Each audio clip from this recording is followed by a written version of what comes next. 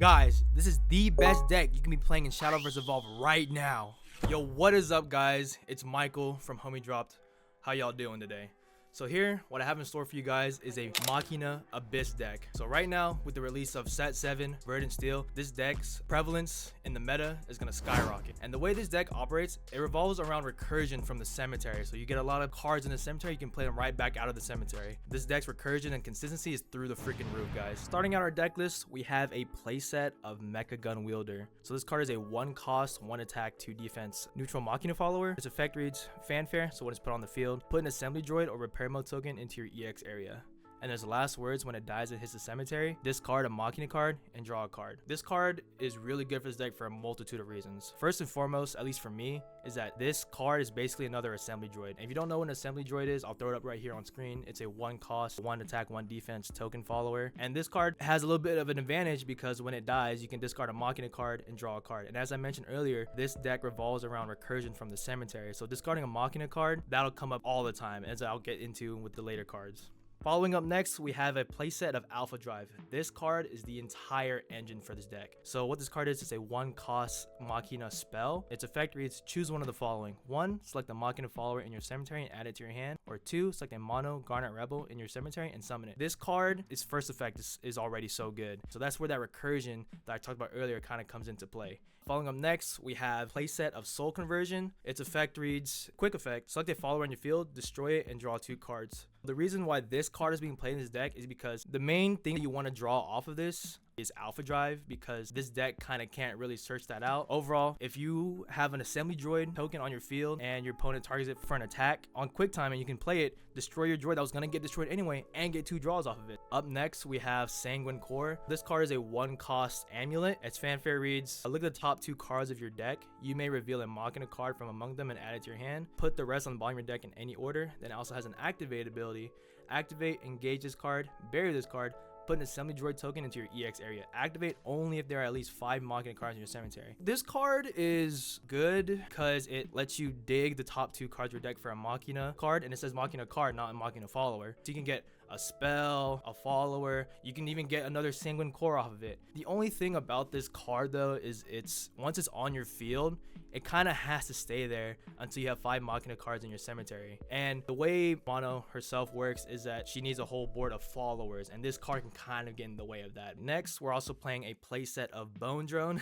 I love that name. Bone Drone is a 2 cost, 2 attack, 2 defense follower, and its effect reads the last words, summon an assembly droid token. So this is an amazing card to play really early game, like turn 2. This is another instance of recursion. Once it dies and hits the cemetery, it summons another follower to take its place, feeding the mono combo even more. And then to the crown jewel of this deck, Mono Garnet Rebel. She's a 2 cost, 3 attack, 2 defense Machina follower, and her effect reads, evolve this follower, activate only if there are 5 Machina followers in your field. And then she also has an activated ability. Activate, banish 2 Machina cards in your cemetery, summon an assembly droid token, activate only once per turn. So very first thing to note is that her evolve condition is you have to have 5 Machina followers on your field. That's kind of where I was hinting at earlier with the Sanguine Core, is that this card can get you the cards you need, but it's an amulet and it kind of conflicts with how Mono wants to evolve. While we're talking about Mono, let's go ahead and already go into her evolve card. So on her evolve, she has Storm, and then activate for 2 play points, banish an Alpha Drive from your cemetery, give each Machina follower on your field +2 attack and +2 defense, and rush. Activate only once per turn. If you want the big damage with Mono and her followers, you need to have an Alpha Drive in your cemetery, because without Alpha Drive in the cemetery, your Mono can't play at her full power. The big key detail about Mono is if you want to get her full value and potential, she's a 5 cost follower. You play her for 2 play points, then you pay 1 to evolve. That's 3 play points. Then when she evolves, you pay another 2 play points. Up next, we have playset of Robo Goblin. This is a 2 cost, 2 attack, 2 defense Machina follower, and its effect reads evolve for 1 play point, and last words, put a repair mode token into your EX area. As evolve, on evolve, summon an assembly droid token. So on evolve, this guy goes up to a 3/3 with a rush. You run into something, but you really want to play this card for is that assembly droid token. That's the only thing with this card, is that it needs to evolve to get that value out for the assembly droid.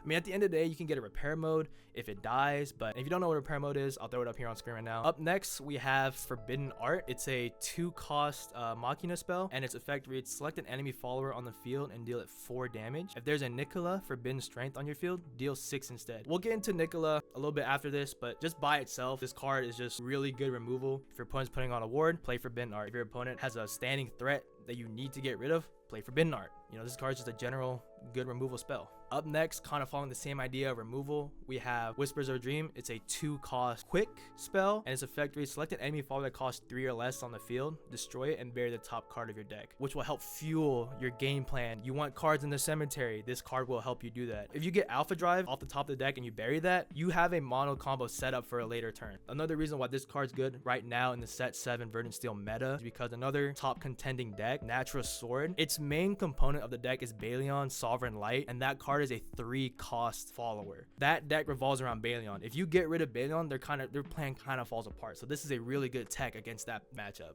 Up next, we have Mecha Wing Angel. It's a 3-cost neutral follower with 3 attack and 3 defense, and its effect reads: it has ward. When this card's engaged, if your opponent decides to attack you, they have to attack Mecha Wing Angel first because of the ward effect. And its fanfare reads: once put on the field, put an assembly droid or a paramount token into your EX area. Then also has activate ability. Engage this card, select an enemy follower on the field and deal it 4 damage. Activate if only there are at least 5 Machina cards in your cemetery. If you really need protection from your opponent's heavy attacks and you just need like a turn or half a turn to think, you know, Mecha Wing Angel is a great option. Just this card in general can help accelerate your plan as well, because it puts an assembly droid or a paramount token into your EX area. With this deck, you kind of want to lean more towards the assembly droid to get the followers on board. This card is just another version of Forbidden Art, but on legs. Next, we have Nicola Forbidden Strength. So this card is a 3-cost 3 attack, 3 defense Machina follower, and his effect reads: evolve for 1 play point, and his fanfare, when you put him on the field, bury the top 2 cards of your deck. So this card is absolutely insane for this deck, because at worst, he helps accelerate your plan for the deck to get cards in grave. You want mono in the grave, you want Alpha Drive in the grave. Mono you can kind of get straight up into the graveyard other ways, but Alpha Drive is kind of a little iffy to get. But if you get that off this, you're set for turn 5, turn 6, and even to turn 7 OTK, dealing upwards of, you know, 7, 10, 12, however many damage. And he hasn't evolved, so let's go ahead and get into that, because that's also another special thing about this guy right here. When he evolves, he turns into a 4 attack, 4 defense follower, and his effect reads: on evolve, select a Machina card that costs 2 or less in your cemetery and put it into your EX area. It costs 2 less to play this turn.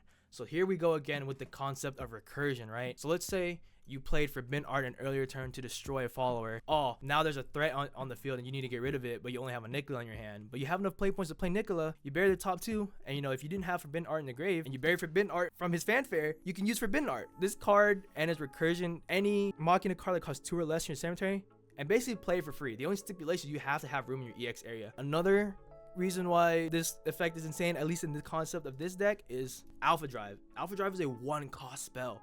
If you have all 3 of your Alpha Drives in the cemetery and you need to use one, but you have Nicola, bro, you basically already have it. That's why Nicola's, in my opinion, mandatory 3 of in this deck, because he helps bring back the cards that you play in the cemetery so often, especially the key components. And after Nicola, we have a playset of Ania, Amethyst Rebel. She's a 4-cost, 2 attack, 2 defense Machina follower. Her effect reads: fanfare, search your deck for a Machina follower that costs 3 or less, summon it, then shuffle your deck. And her last words when she dies: give your leader plus 2 HP.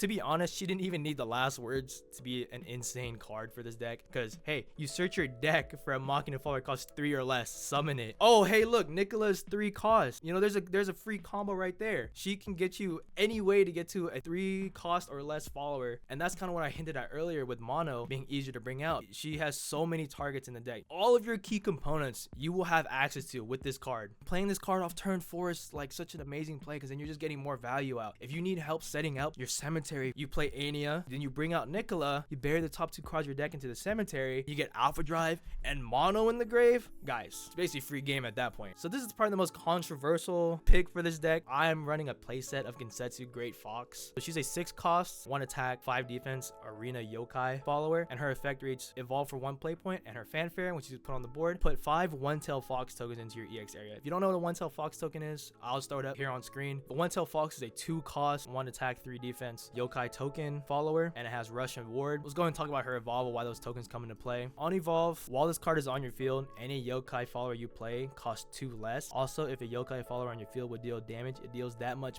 +1. Whenever a yokai follower you control leaves the field, give this follower +1 attack. Basically, when you evolve her, it makes those one-tailed fox tokens free from your EX area. What I like to use Gensetsu for, it's kind of like a panic button. If the game doesn't go your way and you need time to think and you need a turn, you're staring down an entire board and you don't have anything in your hand, but you have Gensetsu and decently open EX area, you can play Gensetsu, get the tokens out, evolve her, and play the tokens and just sit on 2, 3, 4 wards at a time. The only stipulation about Gensetsu is that she puts one-tailed fox tokens into your EX area, and just with the idea of how this deck works, you're filling your EX area up with assembly droids, so that can kind of conflict a little bit, but 1, 2, or 3 wards might be able to save you the entire game, right? And rounding out the deck, we have Technolord. Technolord is a neutral 6 cost, 6 attack, and 6 defense follower. His effect reads: fanfare. When Technolord is played, banish 3 Machina cards from your cemetery. Choose up to 2 of the following. 1. Select an enemy follower on the field and destroy it. 2. Select an enemy amulet on the field and destroy it. 3. Deal 3 damage to each enemy leader. 4. Search your deck for a Machina card not named Technolord. Reveal it, add it to your hand, then shelf your deck. The main reason I put Technolord in this deck is this is the only surefire way to search out Alpha Drive.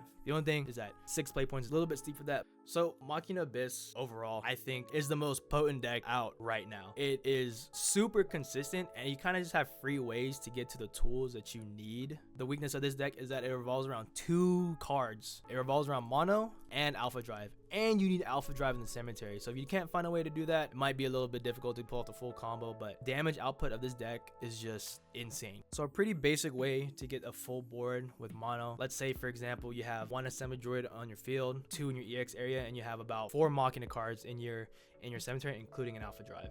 A very simple combo you could do to get a full board is, remember guys, I also know mono costs 5. All right, so you play mono for 2 from hand, then you play the other 2 droids from your EX area, then you go ahead and use mono's effect to banish 2 Machina cards from your cemetery. So and that could be any Machina card except Alpha Drive. Do not banish Alpha Drive at this point or you're throwing the game. So let's say for example you banish, I don't know, a Mecha Gun Wielder or an Ania Amethyst Rebel. Well, now she generates another token and now all of a sudden you have a full field of Machina followers, and you pay another play point to evolve her, you pay another 2 play points to banish the Alpha Drive, and now everything gets +2 attack, +2 defense, and a rush, and she also gets +2 attack and +2 defense. So now all of a sudden your opponent's staring down 19 worth of stats of damage, and also if you have the assembly droid surviving from previous turns, it just makes this combo easier, and you can swing into followers, into the leader. This is just a very basic way to get followers on field, and any of these droids can be substituted with any regular followers: Bone Drones, Nicholas, Ania,